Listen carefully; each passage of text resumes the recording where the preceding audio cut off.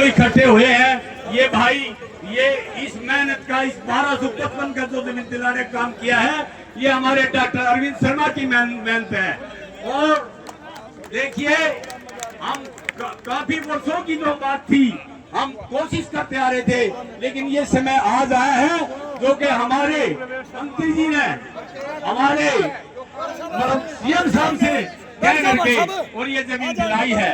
और देखो, आज इसकी कीमत 8 करोड़ रुपए से कम नहीं है, जो कि हमारे को डॉक्टर साहब ने कुल 73,50,000 दे दी है।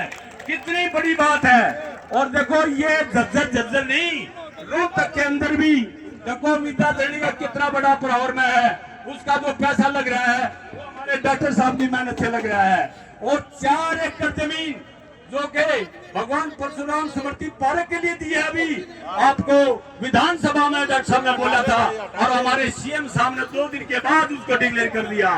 मैं अब डॉक्टर साहब से एक रिक्वेस्ट करना चाहता हूं, अपने पूरे झज्जर की सभा से की तरफ से, झज्जर शहर की तरफ से, कि ये जो प्लाट है ये आपकी दी हुई चीज है, इसका पूरा आपका करने का आपने जो ना दिल से काम किया है, और इसका जो है इसकी बनाने की भवन की हमने डॉक्टर साहब ही कराएंगे।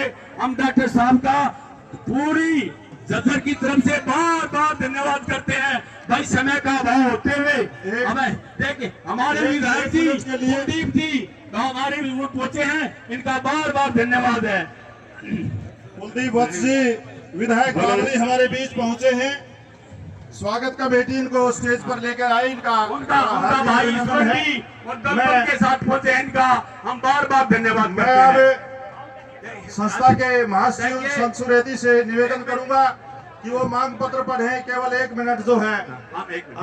भाई, बार बार धन्यवाद डॉक्टर साहब का, इस भवन को पूरा करने के अंदर के लिए भी डॉक्टर साहब ने पूरा करना, इसके लिए धन्यवाद। प्रधान जी, एक बार जोरदार तालियां बजा के स्वागत करो। भगवान परशुराम झज्जर आधारशिला जैसे पावन अवसर पर डॉक्टर अरविंद शर्मा जी का आगमन न केवल कार्यक्रम की गरिमा को बढ़ाने वाला है, बल्कि पूरे समाज के लिए प्रेरणादायक है। डॉक्टर अरविंद शर्मा जी एक दूरदर्शी, कर्मित जनहित नेता के रूप में जाने जाते हैं। उनके नेतृत्व में हरियाणा प्रदेश हमेशा नए विकास का आयाम स्थापित कर रहा है। उनकी सादगीपूर्ण व्यक्तित्व, सफल सोच और समाज के प्रति समर्पण उन्हें एक सच्चा जन सेवक बनाता है। इस महत्वपूर्ण अवसर पर उनका सानिध्य मिलना हम सभी के लिए गौरव और सौभाग्य की बात है। परशुराम भवन केवल एक भवन नहीं, बल्कि समाज के उत्थान, एकता और संस्कारों का केंद्र बनता है। यदि इस भवन में आधुनिक सुविधाओं के साथ साथ कंप्यूटर कोर्स, डिजिटल शिक्षा व स्वरोजगार के कोर्स खुल जाए, तो इसे न केवल युवाओं को रोजगार में सहायता मिलेगी, बल्कि इनके जीवन में परिवर्तन आएगा।